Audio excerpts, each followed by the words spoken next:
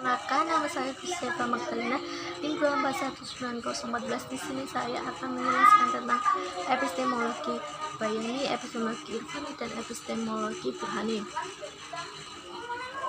Epistemologi bayani yaitu mencakup disiplin-disiplin ilmu yang berpangkat dari bahasa Arab, yaitu nahwu, fikih, dan ushul fiqh, kalam, dan balagha. Pendekatan ini digunakan dengan pendekatan lughawiyah. Epistemologi bayani adalah sebagai pengekang atau pengatur hawa nafsu, justifikatif, dan pengukur kebenaran otoritas teks. Adapun dari epistemologi bayani, mereka menggunakan bayani untuk yang pertama memahami atau menganalisis teks guna menemukan atau mendapatkan makna yang dikandung atau dikehendaki dalam lafaz. Dengan kata lain, pendekatan ini dipergunakan untuk mengeluarkan makna zahir dan lafaz zahir pula. Yang kedua, istinbat. Istinbat di sini adalah hukum-hukum dari al-nusuh al-diniyah, Al-Quran dan hadis. Karena bayani berkaitan dengan teks, maka persoalan pokoknya adalah sekitar lafaz, makna, dan usul furu. Dalam filsafat irfani biasa dikenal dengan intuisi. Dengan intuisi manusia memperoleh pengetahuan secara tiba-tiba tanpa melalui proses penalaran tertentu. Ciri khas intuisi antara yang pertama zauqi rasa, yang kedua ilmu huduri. Ilmu zauqi rasa yaitu pengalaman langsung. Ilmu huduri yaitu kehadiran objek dalam diri subjek, dan eksistensial yaitu tanpa melalui kategorisasi akan tetapi mengenalnya secara intim. Dalam surat pertama yang diturunkan kepada Rasulullah SAW dijelaskan bahwa ada dua cara mendapatkan pengetahuan. Yang pertama melalui pena tulisan yang harus dibaca oleh manusia, dan yang kedua melalui pengajaran secara langsung tanpa alat. Cara yang kedua ini dikenal dengan istilah ilm laduni, seperti ilmu yang diperoleh oleh Nabi. Bidang keagamaan banyak dipakai oleh aliran berpaham rasionalis seperti Mu'tazilah dan ulama-ulama moderat. Yang ketiga, epistemologi burhani adalah sebagai alat analitik kritis. Jadi epistemologi burhani adalah epistemologi yang berpandangan bahwa sumber ilmu pengetahuan adalah akal. Akal menurut epistemologi ini mempunyai kemampuan untuk menemukan berbagai pengetahuan, bahkan dalam bidang agama sekalipun akal mampu untuk mengetahuinya, seperti masalah baik dan buruk, tansin dan tahwibi. Bidang-bidang keagamaan banyak dibawa oleh aliran berpaham rasionalis seperti Mu'tazilah dan ulama-ulama moderat. Saya Amrina Rosada, NIM 2419016. Di sini saya akan menjelaskan tentang perbedaan epistemologi bayani, irfani, dan burhani. Epistemologi bayani, irfani, dan burhani merupakan sistem epistemik yang ditempuh oleh ilmuwan muslim dalam memperoleh pengetahuan. Ketiga epistemologi ini memiliki perbedaan, terutama pendekatan.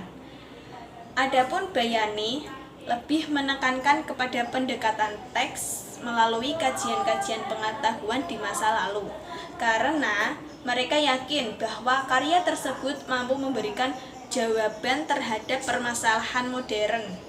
Sementara irfani lebih menekankan pada pendekatan perolehan pengetahuan dengan kasyaf, yakni pendekatan yang tidak melalui jalur dunia empiris dengan mengandalkan intuisi dan kekuatan batin.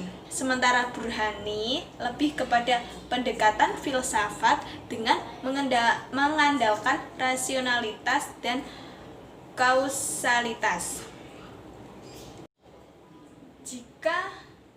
Ketika pendekatan ini dibawa ke dalam ranah pendidikan Islam, maka dapat dikatakan bahwa ketiga epistemologi ini sejatinya dapat dikembangkan menjadi sebuah metodologi pendidikan.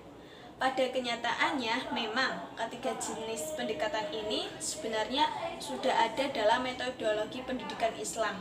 Misalnya, Bayani dapat ditempuh melalui metode kisah dan cerita, sementara Irfani juga dapat ditempuh melalui metode nasihat, thawab, dan iqab.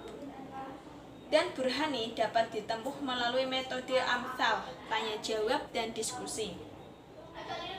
Epistemologi Bayani mendasarkan sumbernya pada teks wahyu, sementara epistemologi Irfani pada pengalaman, dan epistemologi Burhani pada realitas. Metode epistemologi Bayani bersifat qauliyah, metode epistemologi Irfani bersifat zauqiyah dan riyadah, sedangkan epistemologi Burhani dengan abstraksi, argumentasi, kritis, dan demonstrasi. Pendekatan yang dilakukan Bayani adalah kebahasaan, Irfani intuitif, dan Burhani filosofis dan saintis. Materi selanjutnya akan disampaikan oleh teman saya. Saya misalnya NIM 2419015. Contoh aplikatif epistemologi Bayani, Irfani, dan Burhani dalam kajian Islam. Yang pertama, contoh metode Bayani yang digunakan berupa kias. Adapun contohnya adalah mengenai hukum meminum arak dari kurma. Arak dari perasan kurma disebut far atau cabang karena tidak ada ketentuan hukumnya dalam nas, dan ia akan dikiaskan pada homer. Homer adalah ars, pokok, sebab terdapat dalam teks dan hukumnya haram. Alasannya ilah, karena memabukkan. Hasilnya adalah haram karena ada persamaan antara arak dan homer, yaitu sama-sama memabukkan. Yang kedua, contoh konkret dari pengetahuan Irfani. Contohnya meliputi pengalaman batin Rasulullah SAW dalam menerima wahyu Al-Quran, namun dengan keyakinan yang kita pegang selama ini, mungkin pengetahuan Irfani yang akan dikembangkan dalam kerangka ittiba al-Rasul. Dapat dikatakan meski pengetahuan Irfani bersifat subjektif, namun semua orang dapat merasakan kebenarannya. Artinya, setiap orang dapat melakukan dengan tingkatan dan kadarnya sendiri-sendiri. Maka, validitas kebenarannya bersifat intersubjektif dan peran akal bersifat partisipatif. Sifat intersubjektif tersebut dapat diformulasikan dalam tahap-tahap sebagai berikut. Pertama-tama, tahapan persiapan diri untuk memperoleh pengetahuan melalui jalan hidup tertentu yang harus ia ikuti untuk sampai kepada kesiapan menerima pengalaman. Selanjutnya, tahapan pencerahan dan terakhir tahapan konstruksi. Tahap terakhir ini merupakan upaya pemaparan secara simbolik di mana perlu dalam bentuk uraian, tulisan, dan struktur yang dibangun sehingga kebenaran yang diperolehnya dapat diakses oleh orang lain.